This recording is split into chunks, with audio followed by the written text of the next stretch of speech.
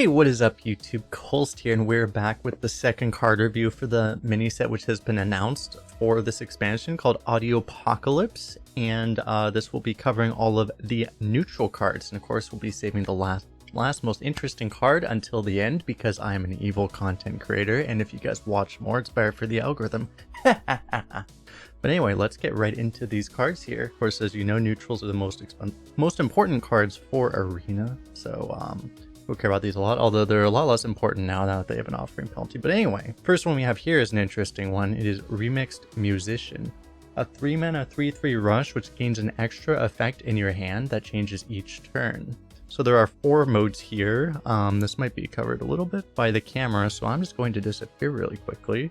First one is Divine Shield, the second one is Wind Fury, the third one is Lifesteal, and the fourth one is Poisonous. So out of these 4 specifically, the ones you're probably going to want in Arena most of the time are going to be either Divine Shield or Poison, just because they're the most direct board impact.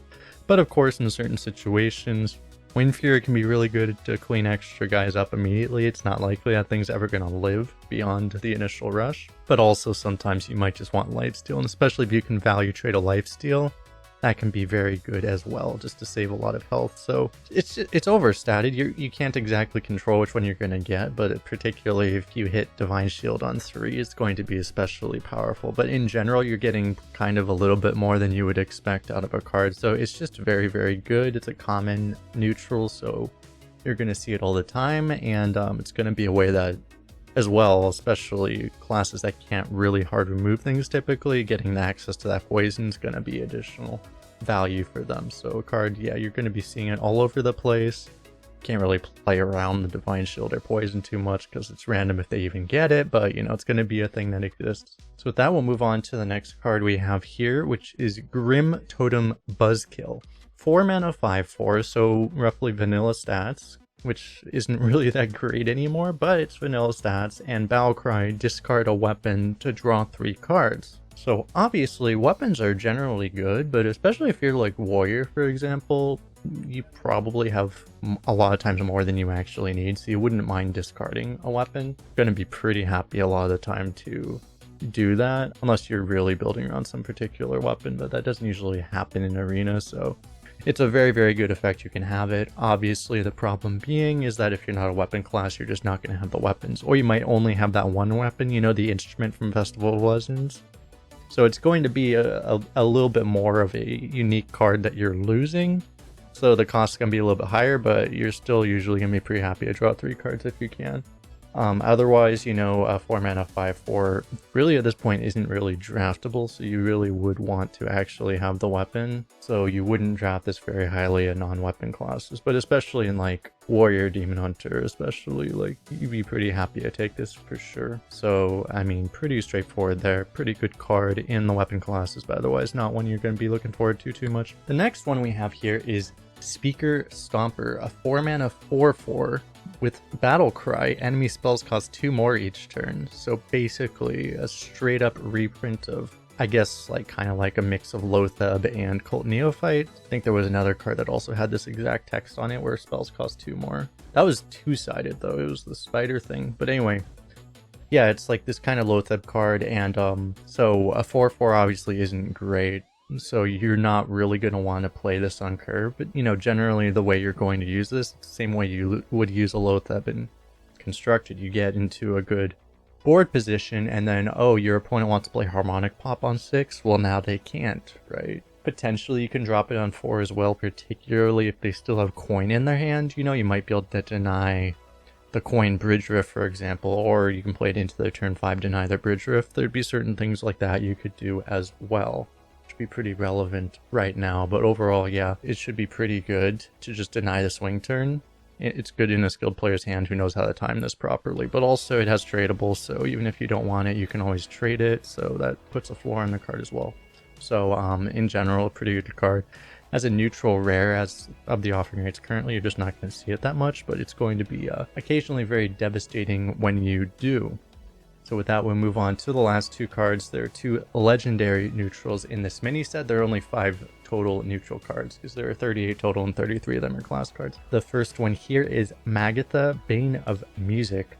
A 5 mana 5/5 Battlecry. Draw 5 cards. Give any spells drawn to your opponent. Well, this is funny because it's like Book of Specters, right? Was the mage card where you would just discard the spell, and that was actually a really good card because even like a year ago, your arena decks are typically going to be like 90% minions, right? So this card, even as printed, would actually just on average be really good because you maybe give him a spell, but you're going to draw 4 cards, so it's probably worth it, right? And a lot of times you actually would just draw 5.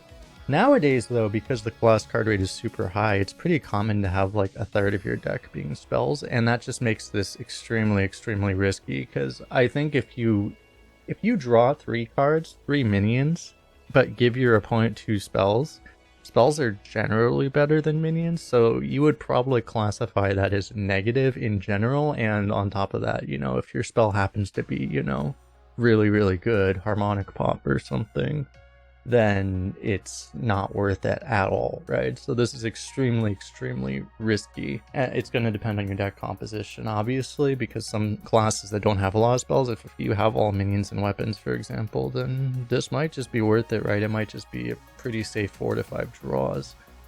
And especially if your spells aren't that good, maybe this is worth it, but in a lot of decks, it's just going to be not worth it, really, because value isn't even that much of a win condition anymore, realistically, so I'm terrified by the thought of giving my opponent my good spells, so I'm not going to want to pick this in most decks, but, you know, if you're late in the draft and you don't really have any spells, you just have a few, it's probably worth taking it, and maybe once it'll screw you, but hopefully it won't, basically. The last card we have here is Elite Tauren Champion. ETC is back, boys! 5 mana 5/5 yet again with Finale. Start a rock duel. Players must spend all their mana each turn or else they take 8 or more damage. Well, what does that mean? So what it actually does is it gives your opponent this card, which is the Molten Pick of Rock, which is at the end of your turn, explode for 8 damage. Unless you spend all your mana, then you give it to your opponent and it adds 2 damage per turn. So say you play this on turn 5, your opponent needs to spend 5 damage or they get blown up, but then if they do, you get it and it's 10 damage and then it goes back to them. If you spend 6 mana the next turn and then it goes to 12, you know, the point of this is that it turns the game kind of into a mini game, which if someone doesn't spend all their mana, they're going to just straight up die, because unless it blows up immediately, maybe it won't be lethal, but a lot of times, you know, you're spending all your mana just normally anyway, so I foresee this, particularly if it's played early on, this thing's going to go to 20-30 damage and it's just going to one-shot somebody. So it's going to be a bit potentially disruptive because there are times where, you know, you're on 6 mana and maybe you want to play your 5 mana card, but you figure, oh crap, I need to play 4 mana plus hero power just so that I don't get blown up by this. It has the potential to really influence what you need to play. In addition to that, you might need to just like weave in hero power so you can spend all your mana so you just aren't the one getting blown up before you, because once you run out of cards, obviously you're not going to be able to spend all your mana. So it's very, very potentially disruptive, but also warping of the game, because this thing like actually will potentially one-shot somebody. You also might, if you're actually the aggressive player, you might just want to willingly let this blow you up immediately, so that you don't get blown up for 20 damage and you only get blown up for like 8 damage earlier on. Actually, it's very interesting that way, but it really is going to warp the game kind of into a mini game, because obviously the game is still going to go on, but also, you know, you can't afford to take 20 damage usually, or else you're just going to get blown up immediately. So that's a very interesting one. So I'd be very interesting to hear what you guys think in the comment section below. What do you think about any of these cards? The 2 of these are legendaries, of course, but these are the 3 non-legendary neutrals. And an epic neutral is practically a legendary at this point. So, you know, it's going to be Speaker Stomper and Remixed Musician that are going to have the most impact on the meta, because they're neutrals, obviously not going to affect the balance or anything. But I think it's a interesting set of cards for sure. Again, let me know what you think. And don't forget to like the video and subscribe if you haven't already, if you want to see more of our arena-based content. But yeah, thanks again for hanging out. We'll see you all in the next one.